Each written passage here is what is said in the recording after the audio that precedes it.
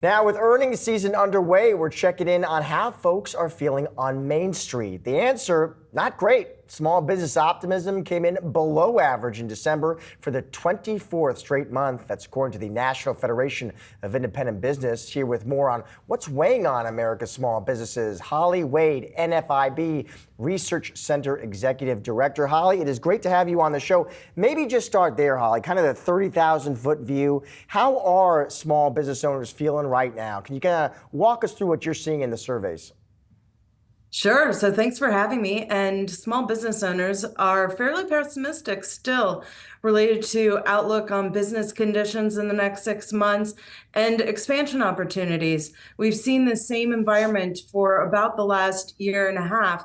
And as you mentioned, our index that we have been collecting this data for 50 years now has been under the 50-year average of 98 for about 2 years now, and has been at recessionary levels, especially over the last year with the challenging environment that they're having to operate in with high inflation rates and still a tight labor market. So when we talk about inflation, Holly, obviously we were talking about now inflation decelerating. But if you look at prices now versus where they were 3 years ago, they're still a lot higher than then. So is that why inflation is so much still on the minds of these folks? And how have they adjusted?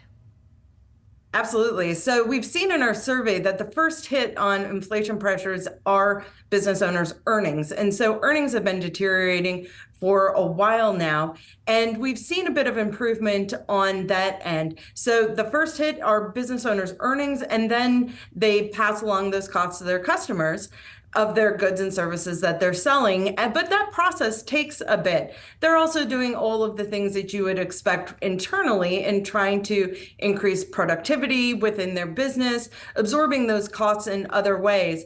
But when it's related to, the increased costs of their supplies and inventory, compensation costs, which are still a struggle for them in retaining current employees and attracting applicants for those open positions that we're still seeing at very high levels. And then also for some, that increase in financing costs has become quite troublesome for them in, again, absorbing those costs and figuring out a way to remain competitive and passing along those costs to their customers. What about, Holly, jobs right now? What are small business owners doing? Are they hiring? Are they reducing headcount? What are the trends you're seeing? We're still seeing very high levels, historically high levels of job openings in the small business sector. They are trying to hire and fill those positions where they're able to have applicants that meet kind of those minimum qualifications. They're certainly willing still to train in-house. That does take up a lot of resources among small business owners in training and skilling up some of the applicants that they're looking to fill those positions. So that's still very strong. It's frustrating for a lot of owners who have had trouble over the last, since the beginning of the pandemic in filling those positions. And this has been one of their main challenges. Still 1 in 5 small business owners are saying that it is their number one problem facing their business is the labor market. And this is really interesting, Holly, because what we see, at least anecdotally, is a lot of large companies, large tech companies right now announcing layoffs. But it doesn't sound like that's what's happening on the small business side. Not generally. I mean, the tech industry, they hired a whole bunch of people at the beginning of the pandemic.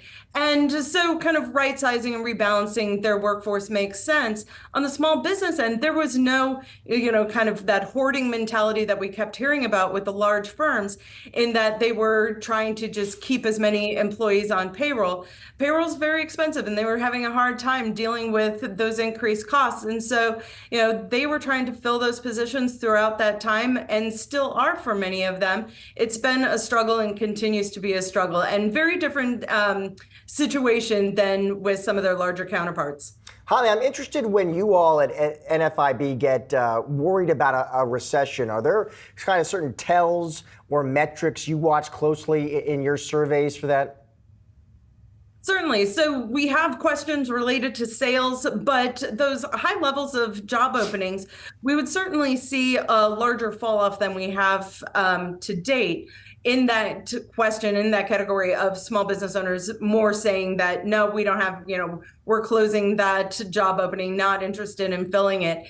And the unfilled job openings are still at very high levels. And so we haven't seen anything related to kind of a deterioration of economic conditions in that way. It's just becoming still a challenging environment for them to operate with high inflation pressures and the labor market being so tight still. Holly, really appreciate your perspective and to these small businesses. Thanks and have a great weekend. You too. Thank you.